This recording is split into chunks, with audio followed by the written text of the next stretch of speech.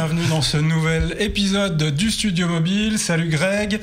Salut Laurent. Nous accueillons aujourd'hui David Derrida, le directeur produit Europe de BlackBerry. Bonjour. Bonjour David. Bonjour David. Bienvenue. Je vous rappelle que, comme à l'accoutumée, vous pouvez nous rejoindre sur tous les réseaux sociaux ainsi que sur les box en direct à 20h. Eh bien, commençons. Monsieur Greg. Oui. Dis-nous tout. Alors, une actualité très très riche ces derniers jours. Ça a commencé pas plus tard que début de cette semaine, avec une série d'annonces. Donc la plus relayée, la plus importante, ça a été faite par le nouveau groupe Numéricable SFR. Nous y étions, notamment notre chère Camille, qui nous a ramené quelques images de la conférence qui était réservée à la presse spécialisée, parce qu'avant il y avait une conférence dédiée aux analystes financiers, qu'il y a eu l'annonce des résultats aussi, mais ça, j'ai rien compris. Mais donc voilà, donc on va voir un peu la vidéo que nous a ramené Camille. Donc c'était sur la boutique des SFR des Champs-Élysées, une adresse très chic. Oui, n'est-ce pas? Voilà, donc on va à l'arrivée de la direction donc, du Numéricable SFR. Vous m'avez vu au passage? Oui, beau gosse. t'as vu, ouais, beau gosse. Ouais. Et donc voilà, donc bon, on va pas revenir sur les résultats financiers. En gros, ils sont plutôt contents malgré une érosion quand même du nombre de clients qui est assez forte. Oui, qui est très très forte ces derniers temps, si je ne m'abuse. Ils ont annoncé 5% de moins, tout confondu en mobile. Ils ont arrêté Joe Mobile. Donc c'est qui a fait tout le monde s'est pas reporté sur les offres plus classiques. Ces chiffres incluaient aussi Virgin, donc parce que c'est le même groupe. Donc voilà. Alors du classique au niveau annonce. Nous allons renforcer la 4G. Donc on a beaucoup d'investissements sur le réseau. Donc ça reprend un peu ce qu'on avait dit sur Orange, je sais pas si tu te rappelles. Oui, tout à fait, oui. Et leur plan justement d'investissement sur la 4G. Eux, ils annoncent une couverture, alors je ressors mes petits chiffres. Donc à la fin de l'année, 70% de la population couverte par la 4G Orange, 90% fin 2017, et ils pensent aux 99% fin 2020. Alors, comme d'habitude, c'est des effets d'annonce. C'est population couverte, c'est pas le territoire. Voilà, donc, c'est pas le territoire, donc avant d'être couvert partout par la 4G. Voilà, et surtout, tout le long de la conf, il n'a pas fait du tout le distinguo entre 4G et 4G+. Donc il parlait vraiment de 4G et de synergie avec la fibre, parce que pareil, ils ont un plan fibre de déploiement. Et Paris sera couverte dès cet été, normalement 100%, par la fibre Numéricable SFR. Voilà. J'ai envie de te dire, il était temps. Il était temps, mais voilà. Non, mais c'est compliqué. C'est très compliqué la fibre à déployer. Voilà, c'est du porte-à-porte et voilà. Alors, ils ont fait quoi d'autre? Ils ont investi dans la bande de fréquence 900 MHz, notamment dans les grandes agglomérations pour éviter les zones de saturation où des fois ça captait plus. Oui, tout à fait. Donc le 900 MHz, surtout, ça permet d'avoir un bon niveau de sensibilité en indoor. Ça rentre dans les bâtiments. Donc là, tout Paris est couvert déjà et les autres agglomérations vont suivre. Et ils s'intéressent aux 700 MHz. Donc c'est une bande qui est un peu plus compliquée parce que c'est celle de la TNT. Du coup, il faut libérer la TNT doit libérer cette bande de fréquence. Donc là, je pense qu'on parle avant 3, 4, 5 ans. Peut-être pour préciser pour nos téléspectateurs, les fréquences, c'est une petite précision technique, plus la fréquence est basse et plus la portée est importante et le taux de pénétration des ondes est important et plus elle est élevée et plus on peut passer de données, mais moins elle porte. Voilà, c'est ça. Alors c'est la célèbre loi de Schumpeter, X sur 2 sur racine de 7. Simple fréquence. Comme je la ramène. Ah bon, d'accord. C'est que je la pète, hein. Ok, d'accord. Et ils ont annoncé aussi un méga forfait. Alors c'est un forfait qui est réservé aux abonnés fibre. Donc c'est le forfait Power, 40 Go. Donc comme son nom l'indique, c'est 40 Go de data. En offre multi-surf, c'est-à-dire qu'on peut avoir une deuxième SIM gratuitement pour sa tablette notamment. Donc ce qui est pas mal. Bon, 40 Go, c'est ce qui se fait de plus gros aujourd'hui. Il y a Free qui est à 20. Et puis ça doit être autour de 15, 20 sur les autres. Sur les très très gros forfaits pro. Là, 40 par contre, c'est inédit. Oui. Et le tout pour 25,99 par mois. Alors ça, en revanche, c'est inédit. Voilà. Donc ce qui fait le forfait théoriquement le plus intéressant, mais il faut avoir la fibre Numéricable SFR, voilà, pour avoir ce tarif. Et apparemment, même pas une question de tarif qui ne sera pas ouvert aux autres. D'accord. Parce que moi, je me suis dit, bon, si t'es pas abonné, est-ce que on peut payer peut-être 2-3 euros de plus et non, même pas. C'est vraiment réservé. Donc bien sûr, c'est illimité, voix, données, tout ça. Et on a droit à 15 jours de roaming par an. Donc roaming, data et voilà, data et voix et SMS. Sur l'ensemble des pays couverts. Et donc 25,99, c'est vrai que c'est sur le papier en tout cas, c'est super intéressant. David, on parle opérateur. Vous êtes chez qui? Ça dépend des... Alors ça dépend. Non, ça dépend des produits, mais le classique, typiquement, le BlackBerry classique qui est arrivé en fin d'année dernière, c'est pour nous un produit qui a vraiment permis de revenir de manière forte chez les opérateurs, puisque finalement il est disponible chez Orange, chez SFR, chez Bouygues et également Fnac, les e-tailers, l'ensemble de la distribution. Je vous coupe. Vous, à titre personnel, vous utilisez quel opérateur? Il peut pas mais enfin, on peut tous. Comme toi. Oui. À titre personnel, j'ai plusieurs SIM. D'accord. Et donc j'ai plusieurs opérateurs. J'en ai une chez Orange, une chez l'autre. Bon, voilà. Moi, j'ai une blanche, une bleue. Bon, d'accord. Je ne peux pas. Bien essayé. Je vais aller. Mais je veux un peu vous titiller. Aujourd'hui, il n'y a pas de BlackBerry, même le Passport le plus haut de gamme, en 4G+. Est-ce que la 4G+, dans un usage BlackBerry, c'est-à-dire fortement orienté quand même pro, data, etc., est-ce que c'est un manque qui va être comblé bientôt, ou est-ce que c'est pour vous, la 4G+, c'est pas beaucoup mieux que la 4G classique? Aujourd'hui, d'un point de vue utilisateur, la différence elle est quand même minime quand on est dans un contexte professionnel. Bien entendu, c'est quelque chose sur lequel on travaille. Maintenant, c'est pas la priorité du moment. Je veux dire, on va mettre en priorité plutôt l'autonomie des produits, leur robustesse, la fiabilité. C'est ce genre de critères qui vont plus rentrer en compte pour un professionnel. La 4G+, voilà, on l'aura une fois que ça sera à peu près standardisé sur le marché et qu'on verra vraiment un bénéfice utilisateur. Bon, ça va venir, mais c'est pas l'actualité du moment. D'accord.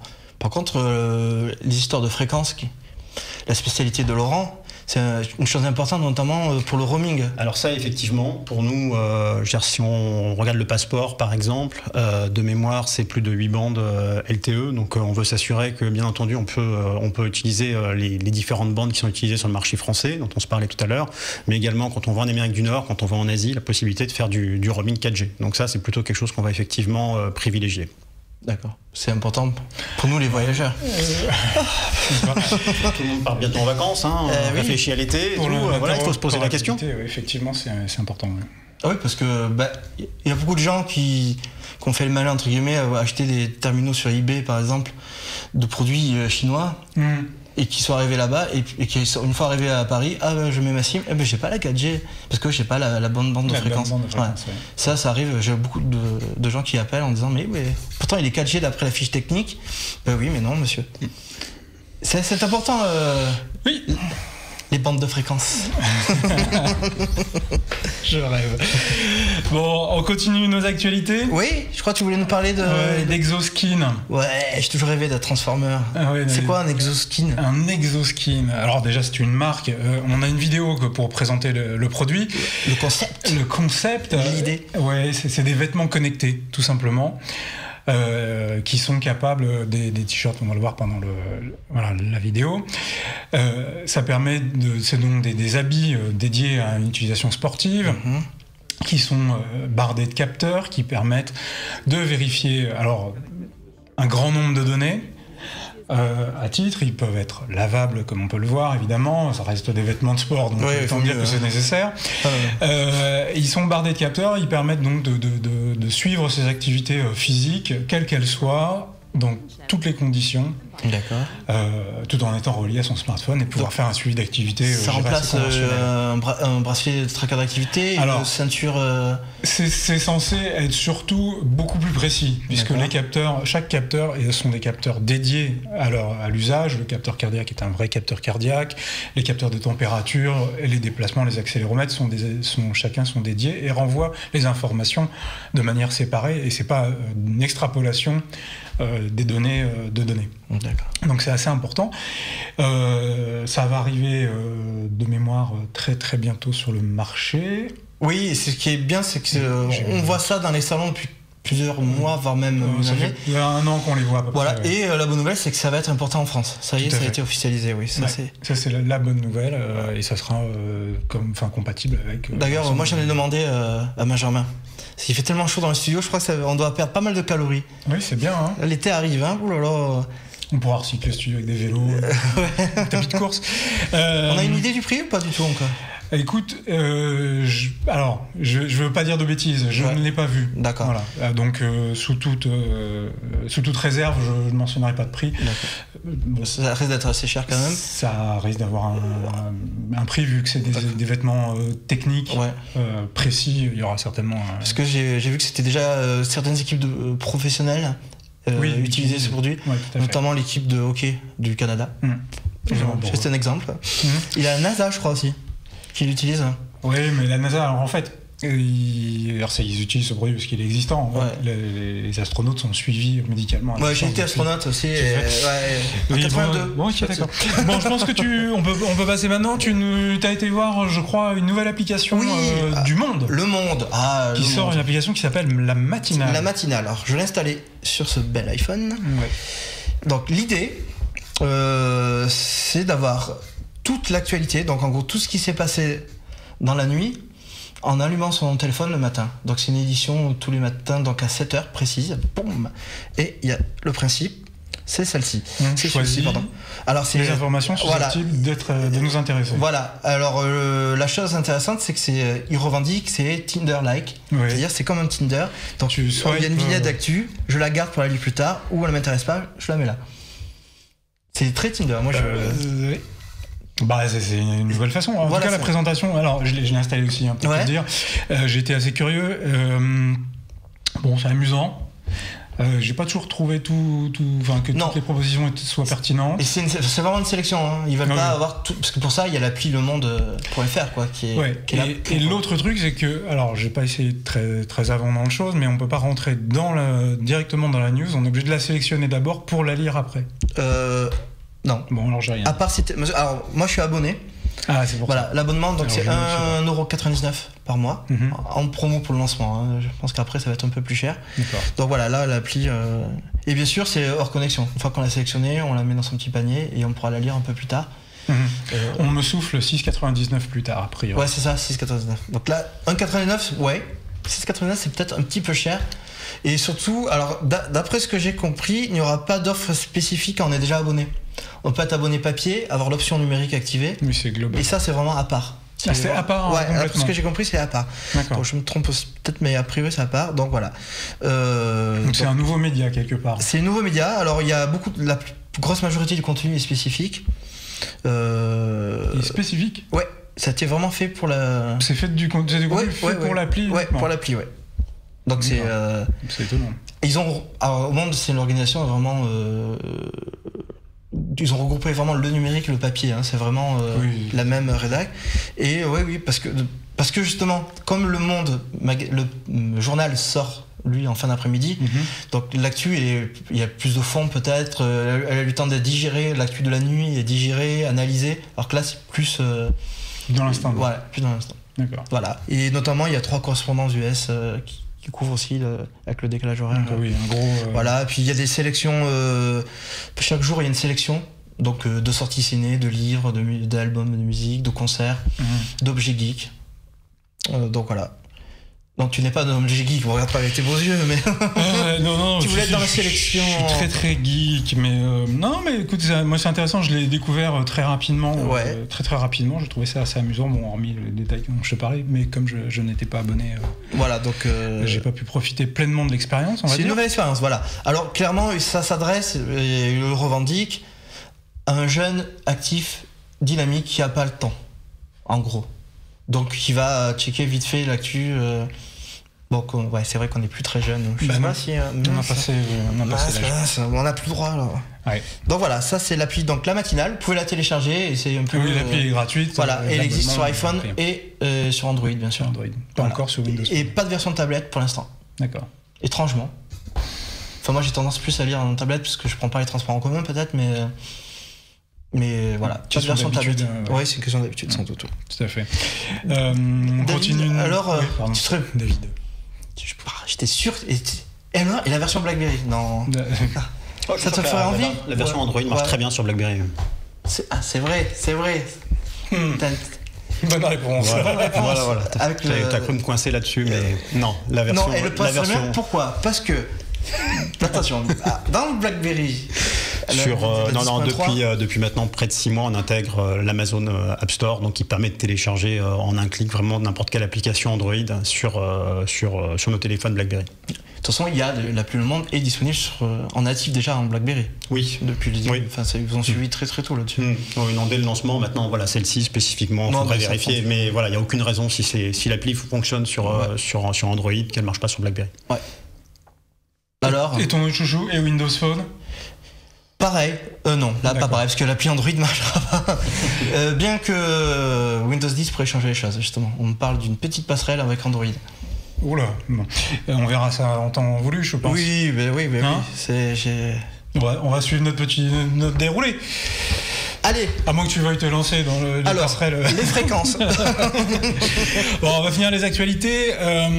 C'est les éditions Erol qui nous ont proposé 2 livres que je vais montrer voilà, à l'écran. Alors, c'est 2 livres à destination des enfants. Python pour les kids. Ouais, Python pour les kids. Si vous avez des kids un peu geeks, comme vous peut-être parents, eh bien, ces livres leur sont tout indiqués puisqu'ils vont les guider. Alors là, il y a le Python et il y a aussi Scratch pour les kids, qui permet aux enfants, donc dès 8 ans, voire même un petit peu avant, dans certains cas, de commencer à apprendre la programmation. Alors c'est très didactique, il y a tout un tas d'informations. Je sais pourquoi tu as choisi ce livre. Je viens de comprendre. À destination des parents. C'est une cousine à nous. Ah non, je pense pas. Non. Pas... Non. non. Si, tu te trompes. Tu te trompes. Elle est hongkongaise. Madame Nguyen. Oui, voilà, bon, ok, d'accord. Donc non, il y a des informations didactiques pour les parents, pour accompagner les enfants.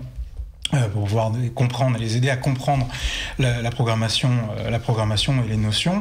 Alors c'est sous forme d'une petite BD d'histoire qui permet, alors ça se fait via un navigateur, c'est très très simple à comprendre. Ça se fait assez simplement, c'est des glisser-déposer. Les enfants qui maîtrisent un tant soit peu un ordinateur, une souris ou un écran tactile auront aucun souci pour se guider et découvrir l'univers et apprendre à faire leurs premiers éléments graphiques, les personnages animés. Enfin, c'est extrêmement intéressant, c'est très bien fait, donc on ne peut que vous le conseiller. C'est aux éditions Erol. Et ça vaut 15,90 € pour le premier et 22,90 € pour le second. Et c'est disponible dès maintenant dans toutes les bonnes librairies. Super. Voilà. C'est vraiment une tendance lourde, hein, la programmation pour les kids. C'est, je pense, alors pour l'avoir lu avec ma fille pour le premier. Elle a 25 ans ta fille, tu sais, c'est... Non, Greg. Je jure, c'était pas ta fille. Non, mais qu'il est bête. Non, ça les attire très facilement. On arrive vraiment à rentrer, à les accompagner dedans, découvrir autre chose que la simple utilisation. Ils deviennent créatifs et c'est c'est en tout cas ce qui peut leur plaire si ils sont un peu curieux, un peu ouvert à l'environnement numérique. Très bien. Voilà. Ça donne envie. Allez, Quelles belles actus. Je vais les acheter. Pour la marmaille. Ah bah, bon, ils sont grands, les tiens. Ouais. C'est vieux. 9 ans. Pardon. Bon, on marque une pause et on se retrouve tout de suite. Ouais, on va attaquer... Et on va attaquer le gros du sujet. Le gros.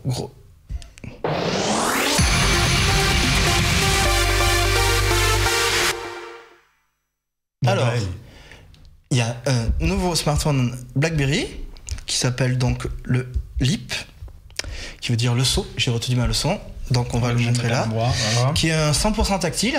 Donc ce qu'on a vu avant, le classique qui avait un clavier mécanique et le Passport qui avait un clavier mécanique. David, qu'est-ce que tu peux nous dire un peu sur ce terminal? Alors que je sais qu'il y a une vidéo qui va nous en montrer un peu plus sur ce produit. Donc une vidéo malheureusement en anglais, mais Quand tu tournes, tu vas la traduire au vol. Je vais la traduire au vol. Voilà. Ah non, ça c'est... Mégamment. Donc, alors, une vidéo qui va vous en dire un peu plus, et après on laissera parler David pour nous présenter ce produit. Tout à fait. You are a startup. The story of your life is about to be written. You are ambitious, hopeful, hungry. Your destiny is in your hands, and you intend to show the world what you can do. That's the spirit of people like you, the spirit of a startup, with energy, ideas, and drive. Today, you got your foot in the door, and tomorrow, you intend to kick the door wide open and never stop moving forward. You mean business, and so do we. Introducing the all-new BlackBerry Leap. Distinguish yourself by your words, not typos, with the best-in-class typing experience. Protect your privacy and personal and company data with BlackBerry's high standard of mobile security. A long-lasting battery powers you through a full day and night with up to 25 hours of heavy use. It comes with BlackBerry Blend, delivering the power of BlackBerry on your computer and tablet, and BlackBerry Hub to manage all your messages from one place. Plus, David, le Leap alors, qu'est-ce que c'est? Comment il se positionne dans la gamme? Alors le Leap, c'est notre dernier smartphone BlackBerry qui arrive sur le marché français alors qu'on se parle, hein, puisqu'il est arrivé chez Cdiscount cette semaine et Orange aujourd'hui. Donc vous voyez, c'est vraiment l'actualité du moment pour BlackBerry. Le Leap, donc c'est notre dernier smartphone tout tactile. C'est un 5 pouces tout tactile avec le meilleur clavier virtuel du marché. Voilà, c'est vrai que tout le monde connaît le clavier, le célèbre clavier physique BlackBerry, mais il ne faut pas perdre de vue qu'aujourd'hui, les claviers virtuels, aussi bien sur iOS que sur Android, ne font pas forcément l'unanimité. On voit sur les Google Play ou sur iTunes le nombre de claviers alternatifs, SwiftKey, Swipe, qui sont téléchargés. Donc aujourd'hui, on a le meilleur clavier virtuel du marché, et c'est un produit qui est également dans une catégorie abordable, puisqu'on l'a positionné à 289 € TTC en nu, et donc à ce prix-là, c'est, je pense, probablement le meilleur produit en termes d'autonomie. Donc dans cette catégorie de prix, on a mis une batterie de 2800 mAh, ce qui nous permet de pouvoir afficher une autonomie pour un usage intensif de 25 heures. Donc un professionnel mobile peut utiliser son Leap une journée complète sans jamais se poser la question d'avoir à le recharger à un moment dans la journée, dans la soirée, ce qui est souvent le cas sur certains autres téléphones, comme je vois parfois des utilisateurs. Toujours le cas. donc voilà, c'est vraiment la promesse du Leap. Et en termes de cible client, vous l'avez vu dans la vidéo, c'est principalement des jeunes professionnels qui sont intéressés par cette promesse de robustesse, de sécurité, d'autonomie BlackBerry, et puis également des déploiements de flotte en entreprise, puisque, comme je le disais, c'est un produit abordable, 289 € en nu, n'importe quel forfait finalement mobile chez un opérateur, on va le retrouver à 1 €. D'accord. Donc là, je l'ai placé entre deux autres 100% tactiles. Donc le premier, c'est celui-ci, c'est le Z10, hein, qui a maintenant un peu plus de 2 ans. Ouais, c'est ça. En janvier 2013. Tout à fait. C'est ça. Et le Z30 qui est sorti en automne 2014. Ouais, c'est ça. Donc, alors, au niveau des specs, donc on a un 5 pouces HD. 5 pouces, tout à fait. Donc pour vous, le 5 pouces, c'est le standard aujourd'hui d'un smartphone C'est vraiment en train de se standardiser. Ouais, quand on regarde un peu les dernières études GfK, c'est vraiment le standard du marché aujourd'hui, la moyenne, on va dire, pour un smartphone milieu de gamme. D'accord. Donc c'est un 5 pouces HD, donc oui, c'est vrai qu'il peut suffire à la plupart des usages. Je pense, hein, sans aller jusqu'aux écrans quad, qui sont pas forcément visibles. Enfin, le gain est pas forcément visible. C'est surtout que pour une utilisation professionnelle, un écran ultra haute def, je pense que ça manque un peu d'intérêt. D'accord. Après, vous m'arrêtez, hein, si. Il faut savoir que plus on monte en définition, plus l'écran consomme aussi. Plus ça consomme. Donc c'est vrai aussi. Donc bien sûr, David, il est 4G. Oui, 4G. Avec, comme on disait tout à l'heure, donc les bandes de fréquences, les fameuses, en France, je crois qu'on n'est pas allé à fond. Non, n'insiste pas. Non, il est 4G et puis des specs tout à fait standards pour un produit milieu de gamme, un processeur dual-core, 1,5 GHz, 2 Go de RAM, mémoire extensible, c'est important dans la promesse BlackBerry. Donc on est à 16 Go de mémoire embarquée, mais on peut mettre des cartes de 128 avec la micro SIM à côté. Voilà. donc un appareil photo 8 mégapixels à l'arrière, 2 mégapixels à l'avant, quoi. Des specs vraiment très classiques. Mais par contre, voilà, sa force, c'est l'autonomie. Je pense que dans cette catégorie de prix aujourd'hui, vous trouverez aucun autre smartphone qui a cette batterie de 2800 mAh. En général, chez nos concurrents, il faut monter beaucoup plus en gamme pour avoir une batterie de cette capacité. Ouais, par exemple le G4 et le G3 de LG, ils sont à 3000. Mais le S6 est à 2600. Il joue la carte de la finesse. Ils sont pas au même tarif. Oui, et puis. Voilà. Ils sont beaucoup plus chers. Ah, bah c'est plus du double. Voilà. Donc, alors, moi je l'ai testé. Je l'ai depuis une petite semaine. Clairement, l'OS, on retrouve le 10.3, donc la même version que dans le Passport. Tout à fait. Donc, avec. Comme on disait tout à l'heure, on voit là donc, le store d'appli Amazon, donc qui multiplie le nombre d'applis disponibles. J'ai pas vu de chiffres, mais il n'y a pas tout le Play Store, mais il y a une large partie du... Oui, je veux dire, aujourd'hui, comme on voit sur le LIP, on a deux stores. On a le store BlackBerry dans lequel on va retrouver des applications plus du domaine professionnel. Il est là. Et ensuite, l'Amazon App Store dans lequel on va retrouver toutes les applications plus dites lifestyle, les jeux et donc voilà, si vous avez une montre connectée, typiquement, vous allez retrouver l'application qui va bien sur l'App Store Amazon. Donc il y a plus ce gros frein qu'on avait auparavant au lancement du Z10. Typiquement, si on se replace 2 ans en arrière, il manque telle ou telle application, c'est fini. Maintenant, il y a une vraie ouverture sur l'écosystème Android et on le fait de manière sécurisée. Parce qu'il faut voir aussi que c'est aussi une crainte des utilisateurs, de certains utilisateurs, en particulier en entreprise, d'utiliser de l'Android dans un contexte professionnel. Donc on a un BlackBerry Guardian qui va scanner lorsqu'on installe une application Android, si c'est pas un malware identifié, donc on va se référer à une base de données. Et quand on est dans un contexte vraiment professionnel, sur BlackBerry, on a la séparation du pro et du perso, et donc les applications Android ne peuvent s'installer que dans la partie perso. D'accord. Donc elles peuvent pas avoir d'interaction avec la partie pro. Une application Android ne peut pas accéder à mon carnet d'adresse professionnel, par exemple. D'accord. Comme on peut le voir de temps en temps avec je télécharge tel ou tel jeu ou telle application et puis tout d'un coup, je vois que mon carnet d'adresse, mes amis sont immédiatement notifiés que j'ai téléchargé le jeu. C'est pas possible sur la plateforme BlackBerry 10. Voilà. D'accord. Et l'appli Android s'exécute dans une sorte de sandbox ou elle s'exécute quand même C'est dans la partition de la mémoire qui est dédiée, qui est l'espace personnel. D'accord. Donc il y a un runtime Android uniquement dans cet espace-là. D'accord. Donc on voit, le design est assez classique. Alors le dos c'est un plastique, bien sûr, texturé, qui est assez agréable à prendre en main. Et surtout qu'on ne laisse pas de traces de doigts. Ça, c'est la maladie du siècle. Donc c'est vrai que ça c'est... Non, il dérape pas. Et il donne effectivement une impression de robustesse. Oui. Donc c'est vrai que l'ensemble fait plutôt costaud. D'accord. Et donc toi tu l'as utilisé une semaine. Quels sont tes premiers retours Alors voilà. Bon. Donc on retrouve un OS qui est stable. Alors, faut être franc. Si on n'en a jamais touché avant un BlackBerry 10, il faut un petit temps d'adaptation. Il y a quelques réflexes, des gestuels notamment, des mouvements de doigts à procéder. Trois gestes. 3 gestes, 3 doigts. Qui sont, alors dites-nous, donc qu'on puisse les montrer. Non, donc il suffit juste de glisser son doigt donc de bas en haut pour revenir sur l'écran d'accueil typiquement. On a le hub qui est sur la gauche, donc qui va permettre d'accéder à tous ces flux de communication en un geste sur la gauche. Et puis plus classique par contre sur un smartphone, on glisse son doigt de haut en bas pour accéder aux options. Et donc voilà, c'est ces 3 gestes. Mais ce qui fait la différence des smartphones BlackBerry par rapport aux autres sur le marché aujourd'hui, c'est que le tour de l'écran est tactile. Donc pour le coup, il faut démarrer les gestes en dehors. Voilà, c'est un peu la spécificité, ce qui fait partie des 3 gestes à apprendre quand on démarre. Disons, il faut quelques heures de pratique, oui, voilà.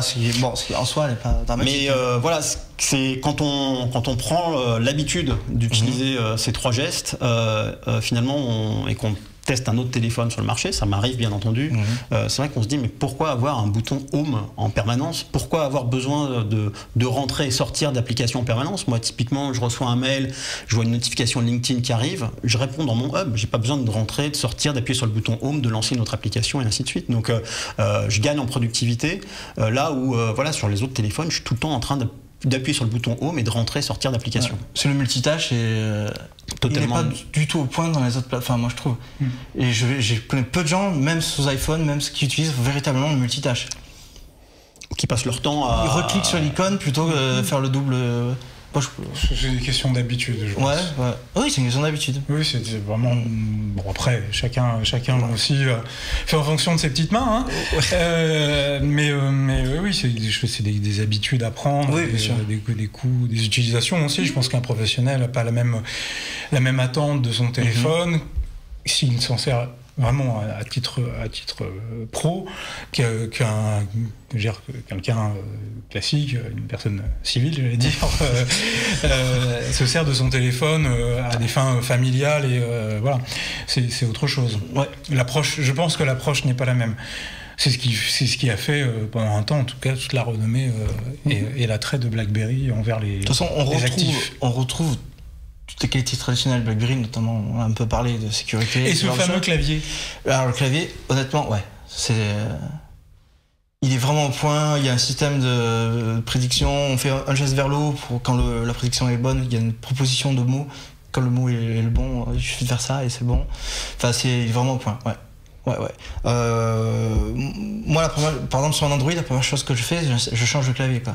J'arrive pas, les claviers officiels Android de Google, j'arrive pas. Donc j'installe SwiftKey. Le clavier qui est tout nouveau pourtant d'iOS 8, je le trouve moyen, moi aussi. Je le trouve assez moyen. Et donc le clavier est bon. Alors voilà, donc moi l'usage... Il supporte également le multilangue. Parce que nous, on a, dans un contexte professionnel, une fois de plus, on a à peu près un tiers de nos utilisateurs qui travaillent avec 2 langues ou plus au quotidien. Ouais. Et il n'y a rien de plus ennuyeux que de vouloir taper un mail en anglais ou en français, d'avoir un correcteur et une prédiction dans une autre langue.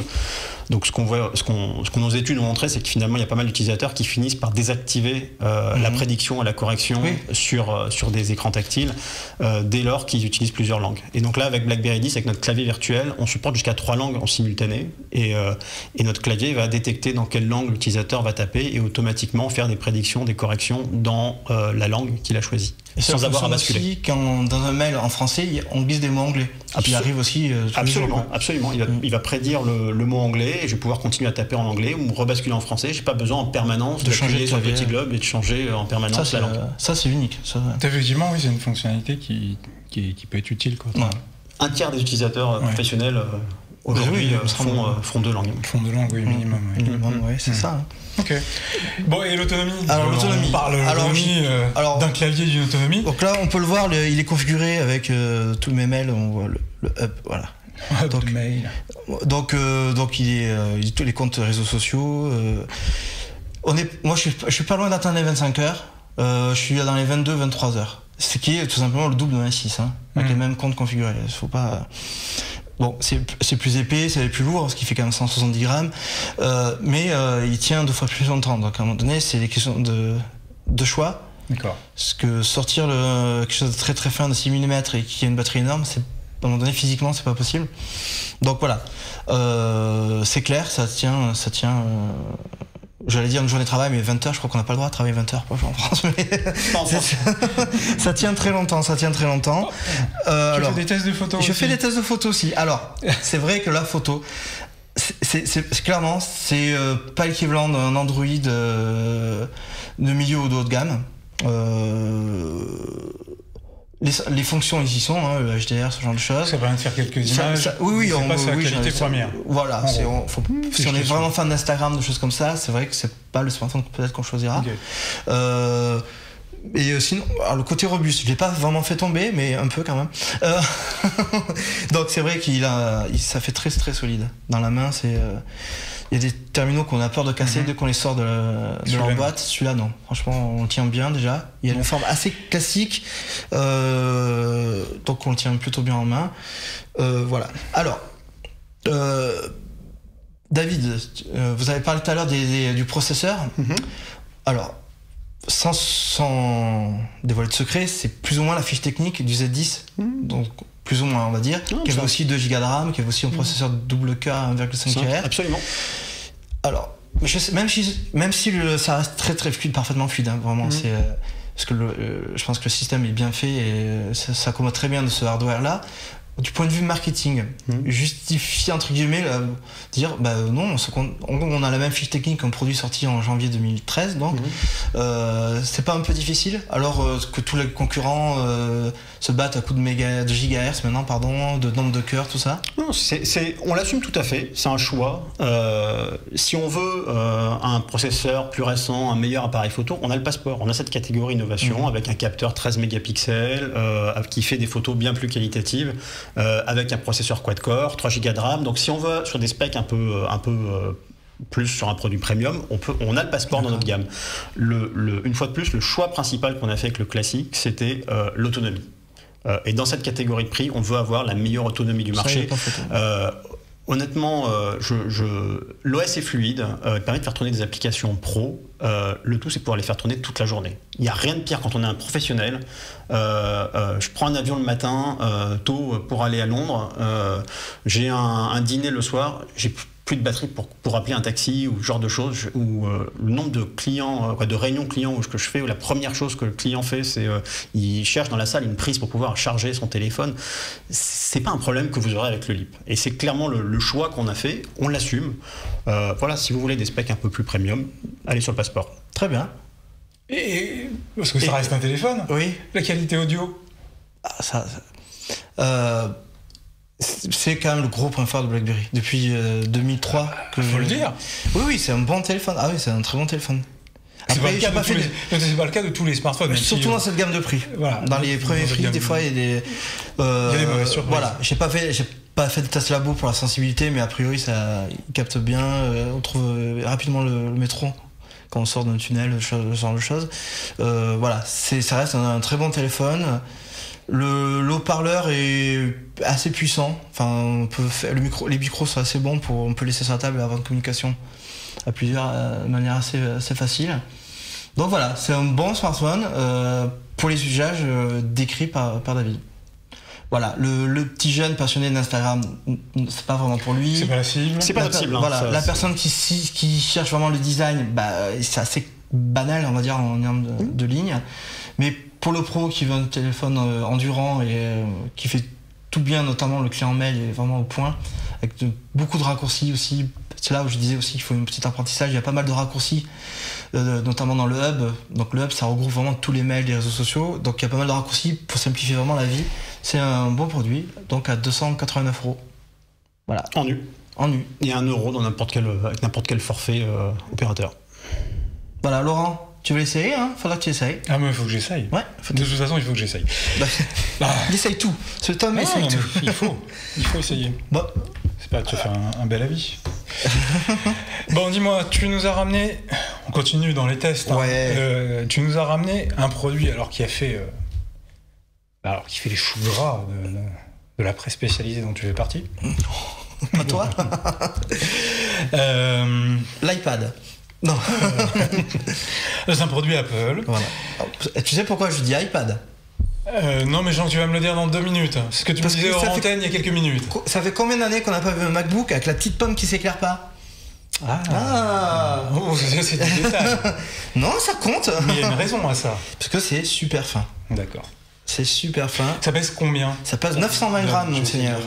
On va le montrer. Je sais pas. Bon, je pense que ça va rentrer, mais... Ah bah non. Ça reste quand même. Non. Alors non. Alors, on va le montrer comme ça. Voilà. Donc cette merveille, c'est le MacBook. Voilà. Donc, il s'appelle MacBook tout court. Parce que tout simplement, les R11 et 13 pouces restent au catalogue. Ils ont même été un peu remis au goût du jour. Donc le MacBook, c'est un 12 pouces. Qui est pas plus encombrant que le MacBook Air 11 pouces. Qui est même un peu plus fin et plus léger. Donc un écran plus grand. Je l'ai en main pour le coup, moi, pour la première fois. Ça pèse combien exactement? Comme tout à l'heure, 920 grammes. Tu m'as déjà posé la question, bien essayé. Grosso modo, on arrive au poids d'un iPad avec un clavier. Voilà. Sachant que là, on a macOS, toutes les applis qui vont bien. Et avec une config qui est dans les mêmes... disons que c'est pas vraiment comparable à une machine iOS et tout, parce que là on peut faire tourner son Office classique et tout. Alors, quelques particularités. Donc on a dit très très fin, très léger.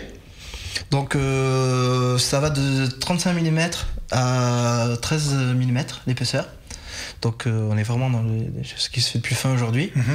Deuxième particularité, son clavier. Donc on peut voir.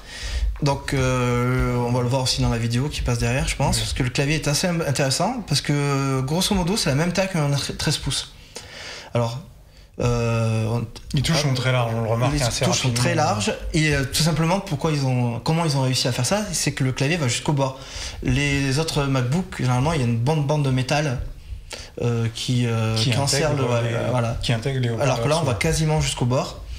Alors ce clavier est spécial, il a un système il s'appelle ça à papillon, donc c'est le système des touches proprement dites. Donc là, il faut s'habituer, ça s'enfonce très peu comparé à un clavier traditionnel. Ça leur a permis de faire un clavier qui est plus fin. Voilà, on a gagné en épaisseur, je crois qu'il est 40% plus fin le clavier. Le mécanisme du clavier. Donc il faut un peu s'habituer parce que le toucher est vraiment différent des autres MacBook. Mais bon, au bout d'une semaine, c'est la machine à écrire qu'il faut, quoi. Autre particularité, c'est que chaque touche a sa propre LED pour le rétroéclairage. Jusqu'à présent, c'était des tubes avec et donc du coup, la bordure de la touche est plus éclairée pour rien. Donc il n'y a vraiment que le centre qui est éclairé. Donc ça permet aussi de gagner en encombrement et en autonomie. C'est un écran Retina. C'est un écran Retina. Alors il est en 2304 sur 1440 pixels, sur 12 pouces. Donc la densité d'affichage est assez énorme. Il faut savoir que cette résolution n'est pas appliquée en fait. Ah bon. L'écran peut le faire. Alors, je vous montrerai. En gros, il est en 1280 sur 800 l'écran.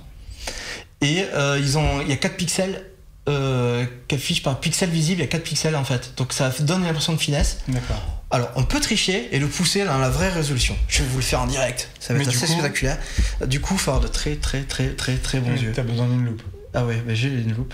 Ouais. Donc voilà, là je vais le basculer dans la résolution.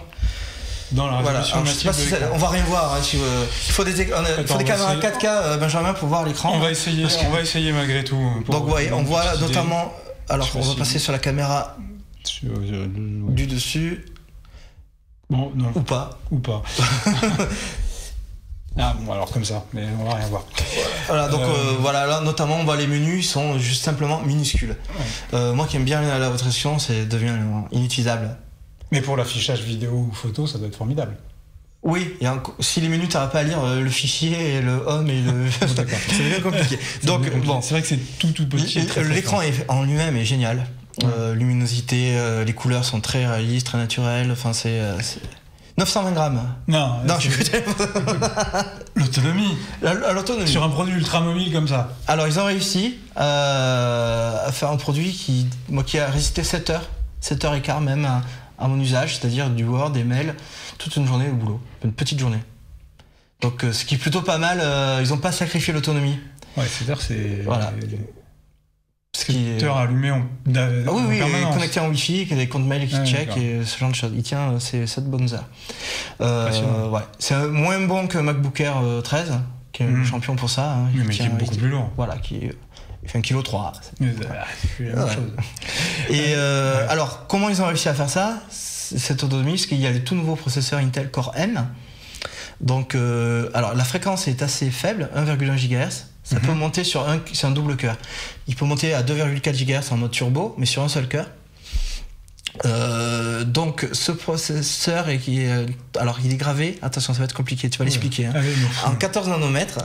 Donc en gros il est très il y a une densité de composants et il consomme peu d'énergie. Donc là on est à 4,5 watts à fond, donc qui est pas beaucoup.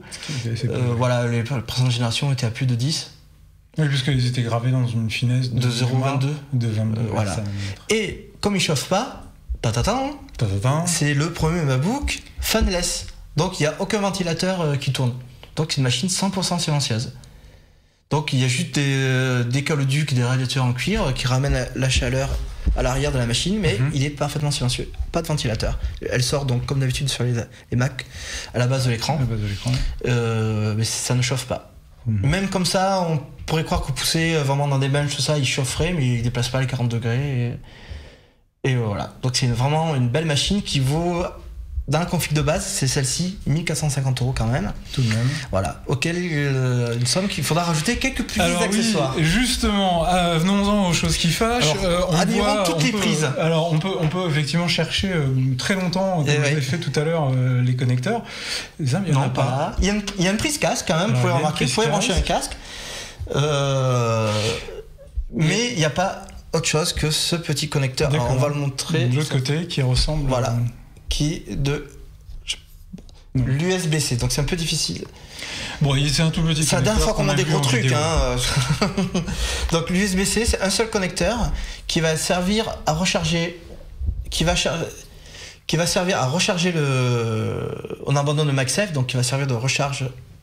Voilà, donc c'est assez petit. Donc qui va servir donc de recharge sur le secteur, mais qui va servir aussi pour la sortie vidéo et pour bien sûr brancher un accessoire USB. Alors pour cela, il faudra passer par la case accessoires. Donc, mais ce qui veut dire aussi que tu peux pas brancher plusieurs choses à la fois. Tu peux pas charger. Si. Parce que alors à 19 €, il y a juste une prise qui va se brancher là et qui sert d'USB femelle pour brancher une clé USB. Un disque dur, un clavier, une souris, enfin ce qu'on veut, un USB classique. C'est l'USB 3.1. Il y a une autre gamme d'accessoires qui est des sorties vidéo. Donc on a du HDMI et du VGA. Ceux-là, ils sont à 89 €. Mais pour ce prix-là, il fait aussi USB. Donc pour brancher une clé USB comme on disait, et il fait aussi pour la recharge. Donc il y a 3 en fait prises, la vidéo, les 2 USB. Donc mais ça vaut 89 €. Alors ce qui est un peu agaçant, je pense, c'est qu'ils ont abandonné des formats qu'Apple supportait seul, comme le Thunderbolt. Oui. Donc si on est tout content d'avoir acheté un disque dur, il n'y a plus de Thunderbolt, il n'y a pas d'adaptateur en plus. En tout cas pour l'instant. Tu noteras que quand même jusqu'à présent les accessoires Thunderbolt, y compris les disques durs, étaient quand même un usage très très pro. Il y a les écrans, les écrans 4K notamment, qui sont souvent en Thunderbolt. Mais voilà. Et il y a aussi le nouveau touchpad, le Force Touch, donc à retour haptique, qui simule l'enfoncement. En fait, ça n'enfonce pas. Et là, pareil, il y a des gestes, il est sensible à la pression aussi, donc on peut faire des appuis longs, forts. Enfin, c'est assez sympa. Et on peut installer dessus une appli pour gérer son BlackBerry. David, qu'est-ce que t'en penses de cette machine? Absolument, non, très belle machine, et je te confirme, BlackBerry Link fonctionne dessus si tu veux synchroniser tes contacts, ta musique, tes playlists iTunes sans aucun problème avec ton BlackBerry. Ouais. Et on peut même accéder à ces SMS avec iBlend, c'est ça? Absolument, on a une fantastique application qui marche aussi bien sur MacBook que sur iPad, qui permet d'avoir une vue en fait de tous les flux de communication de son smartphone, et donc de gérer SMS, BBM, email. Je peux faire mes emails pro sur mon MacBook perso sans configurer aucun compte email sur mon MacBook à la maison. C'est assez bluffant. Faut l'essayer. Ah, ça, c'est vraiment magique. Ça passe à la 3G et la 4G. Et on peut oublier son téléphone à la maison, mais recevoir ses SMS au bureau sur son ordi. C'est assez magique. C'est vraiment à essayer, ça. C'est bon, je crois qu'il je suis convaincu. Je suis convaincu.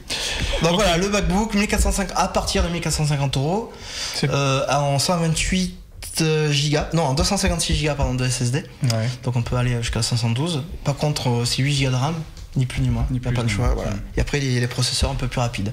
Voilà, c'est pas un foudre de guerre, mais tout fonctionne, c'est fluide. C'est un appareil ultra mobile. Voilà, qui pour moi, c'est l'outil idéal du journaliste professionnel. D'accord. Ok, parlons d'un autre outil mobile.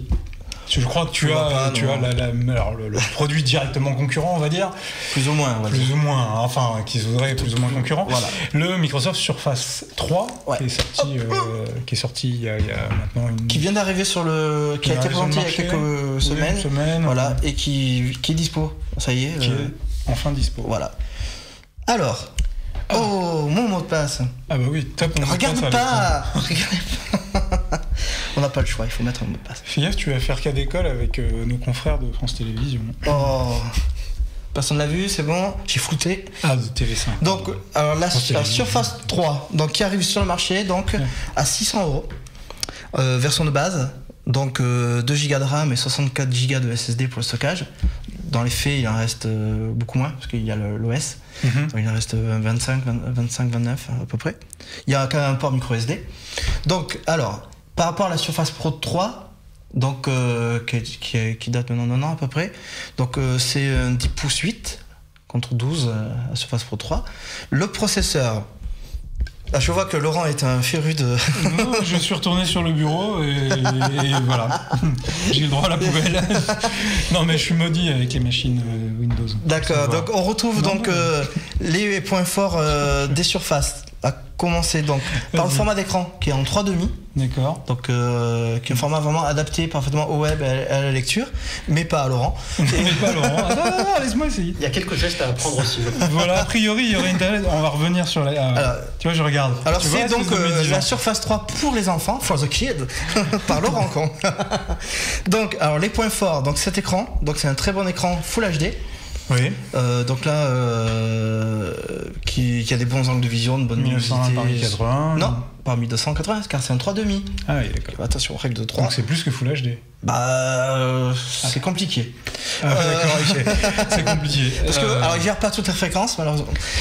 Alors, on retrouve dans les points forts, il y a ce fameux stand, le kickstand, donc qui permet de positionner la tablette sur une béquille, donc.